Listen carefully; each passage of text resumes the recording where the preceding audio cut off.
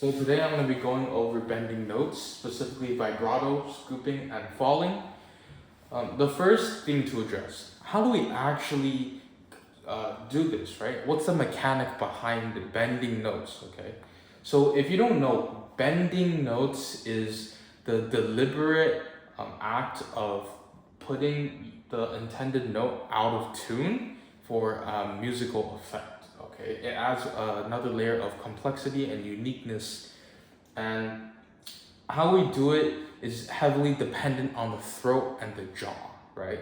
So we've learned before that the throat and the jaw play a key role in maintaining good tone quality, and now we want to manipulate it as we purposely go out of pitch, out of tune, okay? So when we bend notes, we typically want to go into the lower pitch, okay? So when we go out of pitch, we want to go into the lower end, right? And let's say we're trying to scoop a note, okay? So what scooping is we're starting at a lower note and we're scooping our way up into our intended note, okay? So I'm gonna play a D at the end, right, let's say. But the whole time, I'm gonna be fingering a D, okay? So this is what a scooping sound effect would sound like.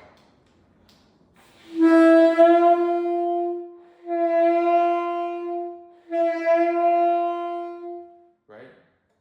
So you hear me at the start, right? I'm out of tune. I'm at a lower note. Okay, I don't know exactly what note I started off with, but eventually, as I re-raised my jaw and closed up my throat more, I was able to get back in tune with a scoop, right? So I started off with a lower jaw and a more open throat, okay?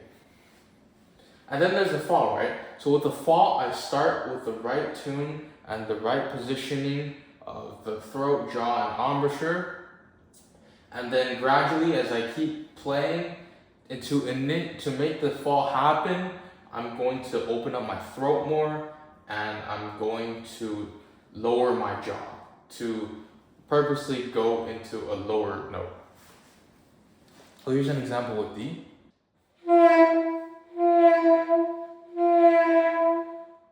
So you hear how I start in tune, but then as I lower my jaw and I open up my throat, I go out of tune and I start playing a note that is lower than what I'm fingering. So that's the fall, okay? I end up with a note that is lower than what I first started with, okay? This is conversed into the scoop, right? It's the inverse relationship. And then there's vibrato, okay? Vibrato is more unique because it only requires you changing your jaw. There's no throat involved in it. So this is what a vibrato sounds like. So a vibrato sounds like you playing a note, going out of pitch quickly, then readjusting, going back in tune, going out of pitch again, in tune, over and over again, okay?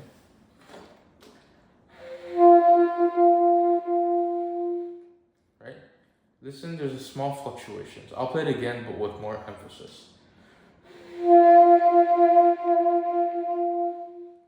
Right? So we can hear the fluctuations of me going out of tune, then back into, constantly back and forth, right? So that's only caused by my jaw going up and down and up and down, up and down. And basically what that is doing is I'm pushing the reed and making it go up, and then I'm releasing it, letting the reed relax. And basically what this does, it changes the hole between the mouthpiece and the reed. It changes the size of it, okay? So remember in the previous video, I said that a more open, a larger hole, right, is going to allow us to play lower notes, and a more tighter one is going to allow us to play higher notes, right? It's like when we're singing, right? That's what our throat does, right? So in this case, I'm just basically allowing myself to play a lower note, then playing a higher note, the lower note, higher note. I'm doing all that with my jaw, which makes this effect, right? Where I'm going out of tune constantly. I'm constantly changing pitches, okay? So just try that, right? Just think about quickly biting down on the reed, right? Back and forth, up and down, up and down. Right? Yeah. And eventually with practice, you'll be more and more used to it.